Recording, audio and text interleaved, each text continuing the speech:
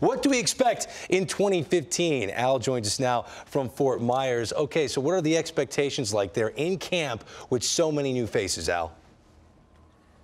You know what, Greg? I think that's the big story here. I mean, a couple stories, really. The additional players that were added, particularly Pablo Sandoval and Hanley Ramirez offensively. But if you look at the rotation, and you just mentioned it, this time last year, 4 of the 5 guys are not here. They added some guys in the rotation. A lot of the talk is, do they have an ace as a result of John Lester no longer being here and he's in Chicago? So I think these are really the questions. This is a much improved team. I got a chance to talk to the manager, John Farrell, and a few of their players just about this, the pitching staff and also the additional players. How will that make a better year in 2015? I think every team would sign up for that #1 type of guy, but you know, when we think of those type of pitchers, whether it goes back to Curt Schilling, Pedro Martinez, to Josh Beckett, to John Lester, they started with really good stuff, and through opportunity and times on the mound, they evolved to #1 starters. We feel like we have that potential among this group of 5. For me, my approach is the same. I mean, I'm going to go out there and give us a chance to win every 5th day. I'm not going to put any added pressure on myself or, you know, try and rise to something that I might not be capable of doing. We got a great team. We got a great pitching staff, so we're going to play how the situation going, how the situation doing during the season. I hope every guy out there being healthy to get to that point. We have to play well. I mean, that's it. I mean, on paper, that doesn't mean anything.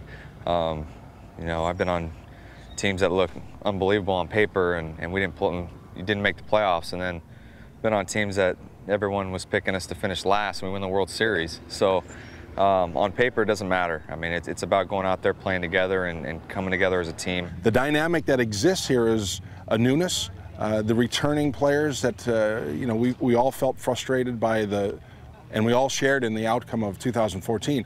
That combination has a lot of good energy in our camp. Guys, there's definitely a different vibe here. I mean, you heard Pablo Sandoval and Rick Porcello and, of course, Dustin Pedroia. But I think really it comes down to this. And, John, I'm curious.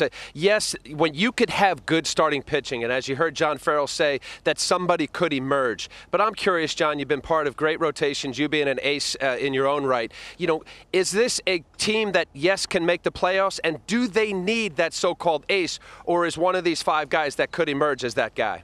Well, I think for me the key is Clay Buckholtz. You know, we've seen dominance out of him, and we've seen injury-plagued Clay Buckholtz. Last year was tough to watch in the beginning. He came on strong in the second.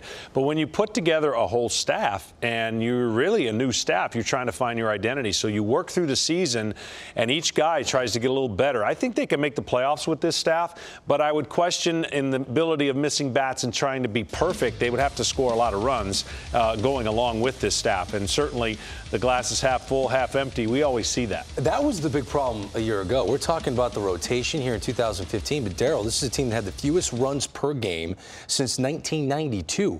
Over 200 runs scored fewer than the 2013 world champ Boston Red Sox.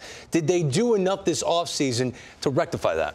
I think they have, but you're going back to what you were talking about. They scored 5.3 runs in 2013. Last year, 3.9 runs. I mean, that's a big drop-off. And will it change this season? I think it will. I mean, Hanley Ramirez, to me, is one of the premier hitters in baseball. You put him in that lineup, he's going to do a lot of damage. But the thing I'm worried about, he's playing left field for the first time. How will he handle playing left field and then going to the plate? Pablo Sandoval, I mean, he's done all he could in San Francisco, and I know I would like for him to keep his mouth shut and just go out there and play right now. But I think he's a smart guy in the sense that he knows what he can and can't do in that lineup. I think he'll be very effective. But those 2 guys go down with any type of injuries, it could be a long season.